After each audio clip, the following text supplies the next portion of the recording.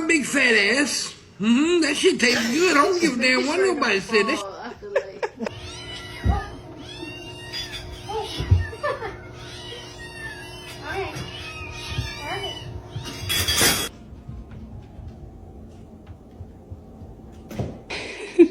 It's only 3 o'clock. You have to wait till dinner time.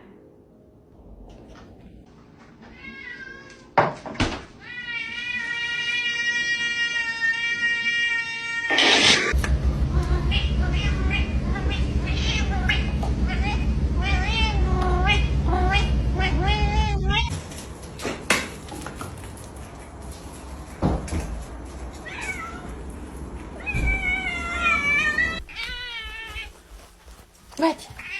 What? Is your food bowl empty? Stop jumping on my sweater.